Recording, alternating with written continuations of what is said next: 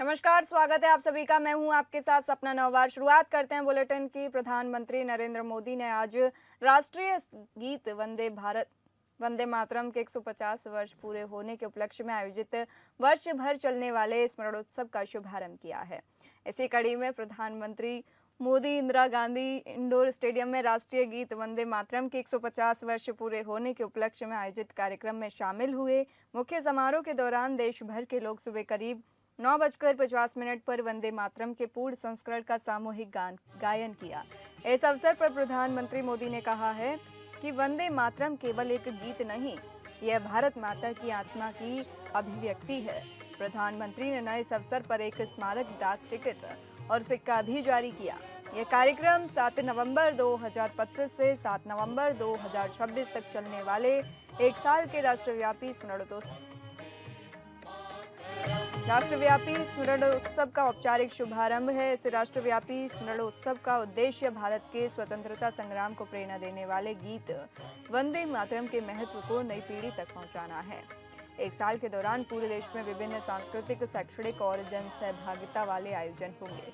वर्ष 2025 में वंदे मातरम की रचना के 150 वर्ष पूरे हो रहे हैं। यह गीत बंकिम चंद्र चटर्जी ने 7 नवंबर 1875 को अक्षय नवमी के दिन लिखा था। बाद में यह उनके प्रसिद्ध उपन्यास आनंद मठ के एक अंश के रूप में साहित्यिक पत्रिका बंग दर्शन में प्रकाशित हुआ।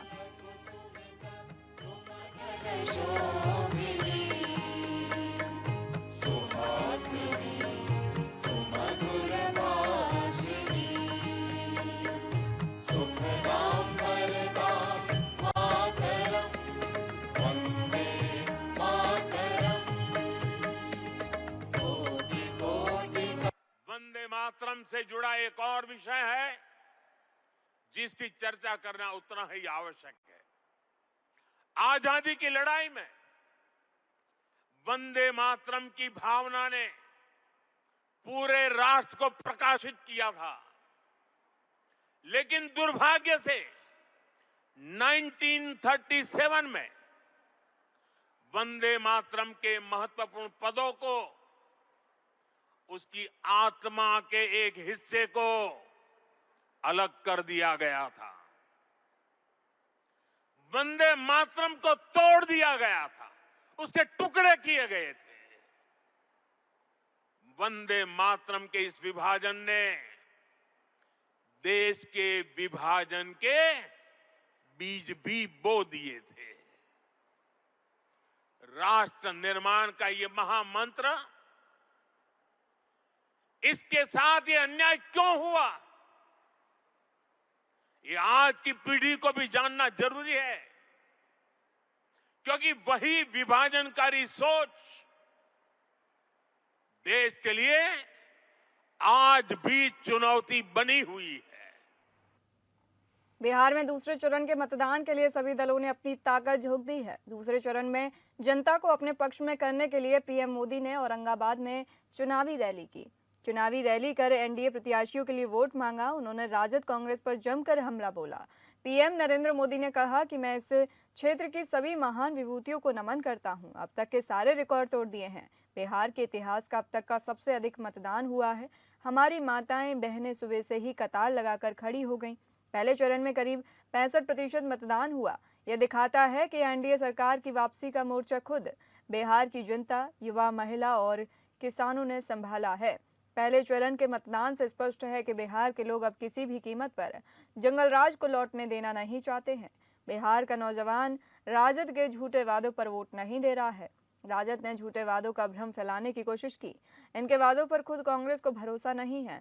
पहले चरण के मतदान ने तय कर दिया है कि इस बार फिर से एनडीए सरकार आएगी।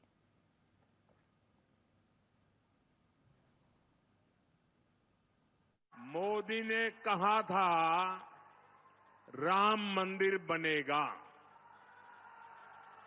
आप मुझे बताइए, मंदिर बना के नहीं बना? मंदिर बना के नहीं बना? डंके की चोट पर बना के नहीं बना? 500 साल का अधूरा काम पूरा किया कि नहीं किया? मोदी ने देश को वादा किया था और और मैंने कहा था कि आर्टिकल 370 की दीवार गिरेगी। आप मुझे बताइए 370 हटा के नहीं हटा? 370 हटा के नहीं हटा? और मोदी ने बिहार की इसी धरती से पहलगाम हमले का बदला लेने की बात भी कही थी। और फिर आपने ऑपरेशन सिंदूर में तबाह होते पाकिस्तान को भी देखा है। मैंने बिहार की धरती से कहा था, वो किया कि नहीं किया? कांग्रेस नेता प्रियंका गांधी वाड्रा ने मधुबनी के बेनीपट्टी में कांग्रेस उम्मीदवार के लिए एक चुनावी सभा को संबोधित किया, जहां उन्होंने प्रधानमंत्री नरेंद्र मोदी और कथित वोट चोरी के मामलों पर कड़ा प्रहार किया। हजारों लोगों की भीड़ के बीच प्रियंका गांधी ने पीएम मोदी पर कटाक्ष करते हुए कहा कि उनके चुनावी भाषणों में सिर्फ बैनर और पोस्टर ही दिखते हैं। उन्होंने आरोप लगाया कि मोदी जी को राहुल गांधी या तेजस्वी यादव को पोस्टरों में छोटा करने की चिंता ज्यादा है, जबकि उन्हें बेरोजगारी और पलायन जैसे जरूरी मुद्दों से कोई लेना देना नहीं है। प्रियंका गांधी ने वोट चोरी के मामलों पर भी मुखरता से बात की और कहा कि राहुल गांधी ने किस तरह से धांधली का खुलासा किया है वह सबके सामने है। उन्होंने कर्नाटक सरकार की योजनाओं का जिक्र करते हुए बिहार के लिए बड़े वादे किए। दिव्यांगों को 3,000 रुपए, कर्नाटक की तर्ज पर बिहार में भी दिव्यांग लोगों को 3,000 रुपए प्रति माह दिए जाएंगे। महिलाओं की वृद्धावस्था पेंशन को बढ़ाकर 2,500 किया जाएगा। हर विधानसभा क्षेत्र में रोजगार के लिए उचित व्यवस्था की जाएगी। जब कोई नेता सामने आए और ध्यान भटकाने की कोशिश करे, अब मैं यहाँ आकर इस बड़े मंच पे खड़े होकर आपको फिजूल की बातें करना शुरू कर दूं, जैसे मोदी जी करते हैं। मोदी जी कहते हैं कि कांग्रेस के पोस्टर देखो, उन्होंने पोस्टर पे तेजस्वी जी को बौना बना रखा है। फिर वो बोलेंगे आरजेडी का पोस्टर देखो, उसमें राहुल गांधी और चोरी के खिलाफ लड़ने वाले उनको बौना बना रखा है। अरे भैया, प्रधानमंत्री है और कोई काम नहीं है कि दूसरों के पोस्टर देखते रहो। तुम्हें क्या चोट पहुंच रही है भैया? आपको क्या चोट पहुंच रही है कि किसको बौना बनाया, किसको बड़ा बनाया? आप तो अपना चेहरा चमकाते रहते हैं, आपके तो बड़े बड़े पोस्टर हैं, आप तो टीवी के हर चैनल पे रोज रोज दिखते हैं सबको। आपका काम क्या है? कैमूर जिले के भभुआ में हवाई अड्डा मैदान में बसपा सुप्रीमो मायावती ने एक जनसभा को संबोधित किया, जहां उन्हें चांदी का हाथी भेंट किया गया। अपने संबोधन में मायावती ने पार्टी के दलित वोट के गठबंधन और जातिवादी मानसिकता के कारण बढ़ जाने पर चिंता व्यक्त की, जिससे दलितों को उनका हक नहीं मिल पा रहा। उन्होंने कहा कि बसपा का वोट उच्च वर्ग को चला जाता है, जिससे पार्टी कमजोर होती है और गरीबों को रोजी रोटी के लिए पलायन करना पड़ता है। उन्होंने बिहार और केंद्र सरकारों पर जातिवादी और पूंजीवादी मानसिकता के चलते गरीबों का शोषण करने का आरोप लगाया। उन्होंने कहा कि चुनाव के समय पार्टियां बड़े बड़े वादे करती हैं, पर सत्ता में आने पर बदल जाती हैं। मायावती ने कांग्रेस नेता राहुल गांधी के सितंबर 2024 में आरक्षण खत्म करने के बयान का हवाला देते हुए अन्य पार्टियों पर बाबा साहब के दिए आरक्षण के अधिकार को खत्म करने की कोशिश का भी आरोप लगाया। उन्होंने बहुजन समाज पार्टी को केंद्र की सत्ता में लाने की आवश्यकता पर जोर दिया और वादा किया कि सत्ता में आने पर बढ़ी हुई आबादी के हिसाब से आरक्षण का पूरा लाभ दिया जाएगा, क्योंकि मौजूदा आरक्षण पुरानी आबादी पर आधारित है। उन्होंने ये भी कहा कि मोदी ने आरक्षण को पहले ही कम प्रभावी कर दिया है।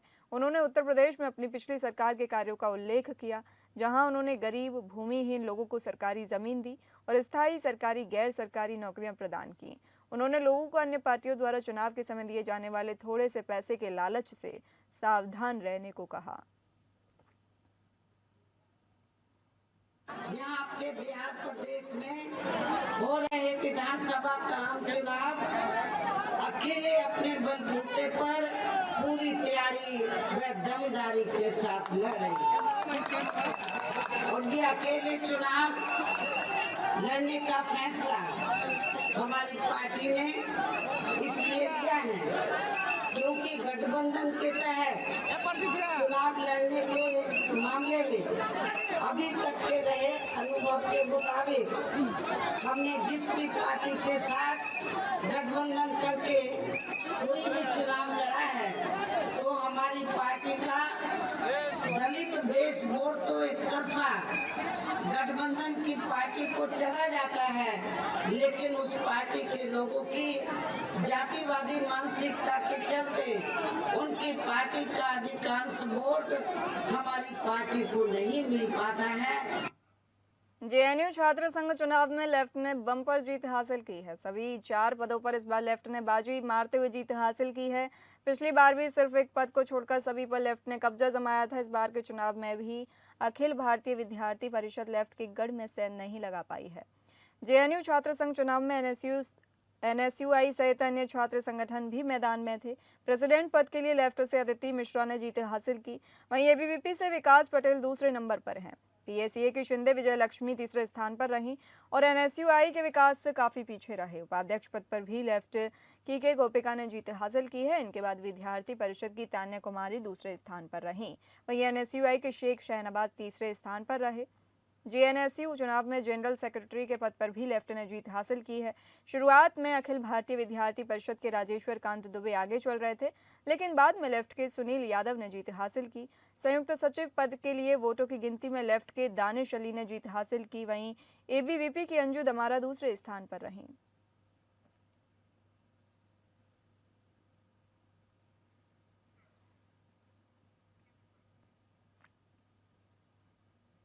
यात्रियों की सुविधा, समय बचाने और पर्यटन उद्योग को बढ़ावा देने के लिए प्रधानमंत्री अपने संसदीय क्षेत्र वाराणसी से रेल यातायात की बड़ी सौगात देने वाले हैं। अपने 2 दिवसीय काशी दौरे के दौरान कल पीएम मोदी देशवासियों को 4 वंदे भारत ट्रेनों की सौगात देंगे। इनमें एक विशेष ट्रेन वाराणसी से खजुराहो के बीच चलेगी, जो काशीवासियों और पूर्वांचल के लिए एक बड़ा उपहार मानी जा रही है। प्रधानमंत्री इस ट्रेन को बनारस रेलवे स्टेशन से हरी झंडी दिखाकर रवाना करेंगे। इसके अलावा लखनऊ से सहारनपुर, फिरोजपुर से दिल्ली और एर्नाकुलम से बेंगलुरु जाने वाली एक अन्य स्थानों के 3 वंदे भारत एक्सप्रेस को वर्चुअली हरी झंडी दिखाकर रवाना करेंगे। ट्रेनों के लोकार्पण के अवसर पर उत्तर प्रदेश के मुख्यमंत्री योगी आदित्यनाथ भी मौजूद रहेंगे। प्रधानमंत्री बनारस रेलवे स्टेशन पर गणमान्य लोगों से संवाद भी कर सकते हैं।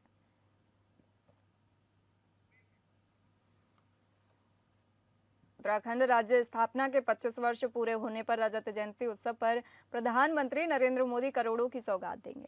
इसके लिए विभिन्न विभागों के विकास कार्यों का उद्घाटन और लोकार्पण करने की तैयारी चल रही है। नियोजन विभाग के माध्यम से धरातल पर उतरने वाली योजनाओं की स्क्रीनिंग की जा रही है। देहरादून के एफआरआई मैदान में राज्य स्थापना का रजत जयंती उत्सव को यादगार बनाने के लिए प्रदेश सरकार की तैयारियां जोरों पर हैं। 9 नवंबर मनाए जाने वाले रजत जयंती उत्सव में प्रधानमंत्री नरेंद्र मोदी उत्तराखंड को नया तोहफा दे सकते हैं। वहीं 10,000 करोड़ की योजनाओं का लोकार्पण व शिलान्यास करने की बात कही जा रही है।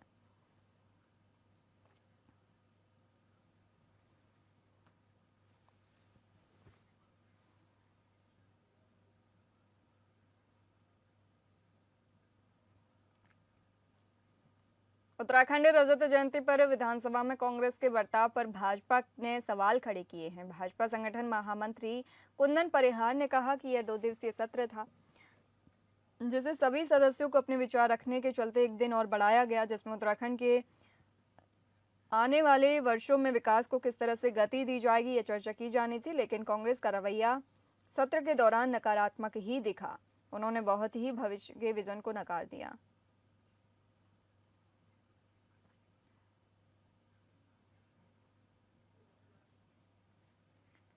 प्रधानमंत्री नरेंद्र मोदी ने महिला विश्व कप विजेता भारतीय क्रिकेट टीम से बुधवार को अपने आवास पर मुलाकात की। इस दौरान पीएम मोदी ने महिला खिलाड़ियों को अपने हाथ से मिठाई खिलाई। ये ऐसा ही एक वीडियो सोशल मीडिया पर वायरल हो रहा है, जिसमें उन्होंने इंजर्ड प्रतिका रावल को खुद खाना भी सर्व किया। दरअसल प्रधानमंत्री मोदी ने जब देखा कि घायल खिलाड़ी प्रतिका रावल जो व्हील चेयर पर बैठी थी, उनके पास खाने की थाली नहीं थी, तो प्रधानमंत्री ने तुरंत खुद पहल की और वे सर्विंग एरिया तक गए, खाना उठाया और खुद जाकर प्रतिका को परोसा। इस क्षण का वीडियो सोशल मीडिया पर तेजी से वायरल हो गया, जिसमें प्रधानमंत्री मोदी का खिलाड़ियों के प्रति मानवीय जुड़ाव और विनम्रता साफ झलक रही थी।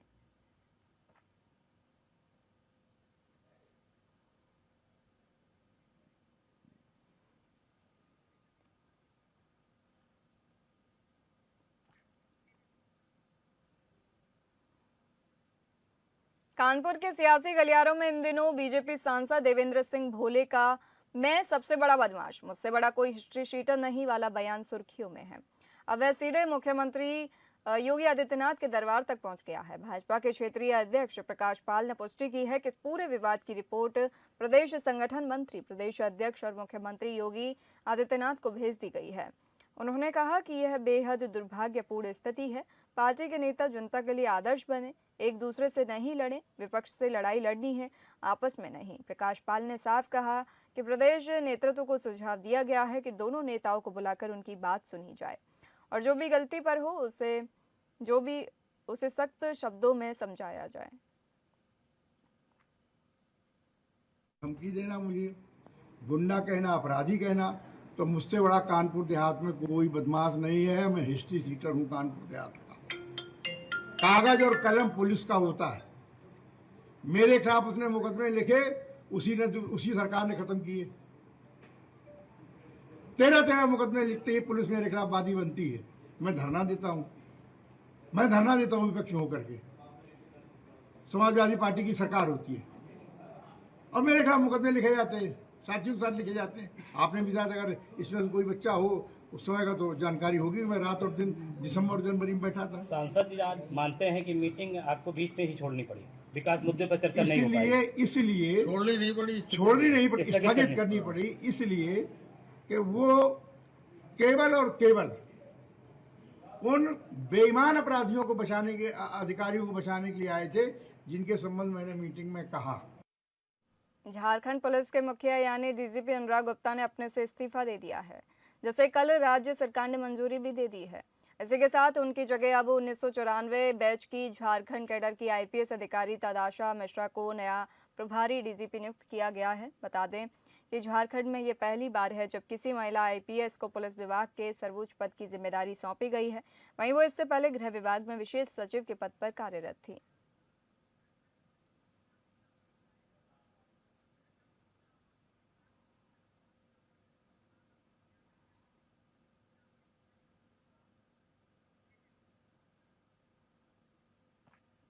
कुत्तों के काटने की घटनाओं में खतरनाक वृद्धि को देखते हुए सुप्रीम कोर्ट ने आदेश दिया कि हर शैक्षणिक संस्थान, अस्पताल, सार्वजनिक खेल परिसरों, बस अड्डों और डिपो, रेलवे स्टेशनों आदि में आवारा कुत्तों के प्रवेश को रोकने के लिए उचित बाड़े लगाई जाए। संबंधित स्थानीय स्व सरकारी संस्थानों की जिम्मेदारी होगी कि वे ऐसे संस्थानों क्षेत्रों से आवारा कुत्तों को उठाएं और पशु जन्म नियंत्रण नियमों के अनुसार टीकाकरण और नसबंदी के बाद उन्हें निर्दिष्ट कुत्ता आश्रयों में पहुंचाएं। कोर्ट ने आगे आदेश दिया कि इन क्षेत्रों से उठाए गए आवारा कुत्तों को उसी स्थान पर नहीं छोड़ा जाना चाहिए जहां से उन्हें उठाया गया था। कोर्ट ने कहा कि ऐसा करने की अनुमति देने से ऐसे संस्थानों को आवारा कुत्तों की उपस्थिति से मुक्त करने का उद्देश्य ही विफल हो जाएगा।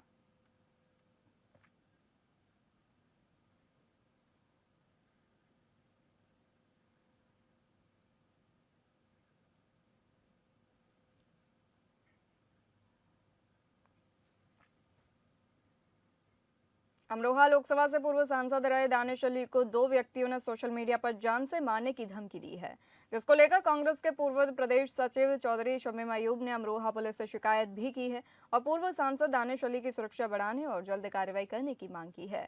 एक फेसबुक यूजर्स अभिषेक पांडे और कुलदीप पोशवाल नाम के व्यक्तियों ने धमकी देते हुए लिखा कि दानिश अली को अल्लाह के पास पहुंचा देंगे। कांग्रेस नेता चौधरी शमीम अयूब ने इस मामले की शिकायत पुलिस से की है। अब अमरोहा पुलिस मामले की जांच में जुटी है।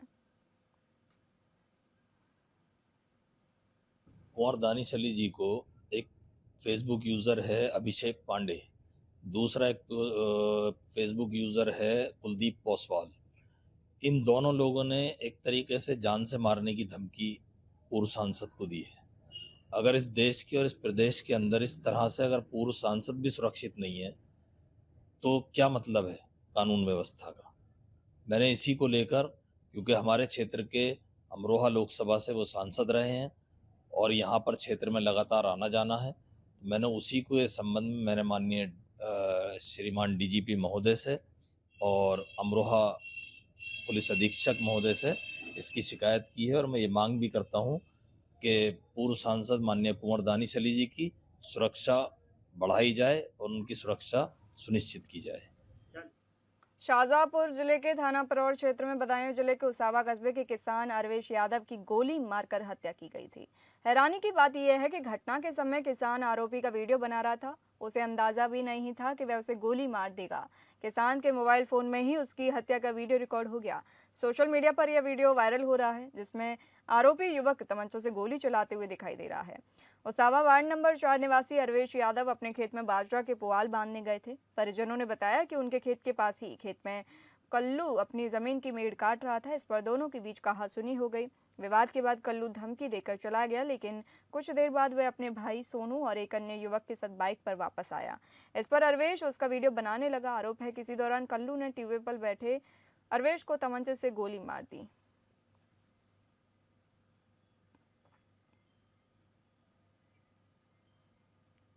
उत्तर प्रदेश के हाथरस से एक हैरान कर देने वाला मामला सामने आया है, जहां नशे की लत छुड़ाने के लिए परिजनों ने अपने ही बेटे को जंजीरों में जकड़ दिया। मामला थाना हाथरस गेट क्षेत्र के एवरनपुर गांव का है। दरअसल एवरनपुर गांव निवासी सुभाष लंबे समय से नशे की लत का शिकार था। कई बार समझाने और इलाज कराने के बावजूद जब कोई असर नहीं हुआ तो परिजनों ने उसे घर में कैद कर उसके पैर में लोहे की जंजीर बांध दी।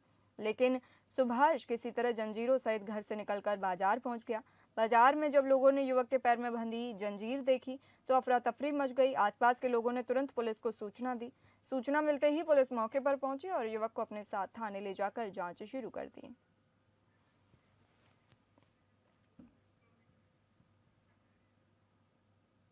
फिलहाल इस बुलेटिन में इतना ही। नमस्कार।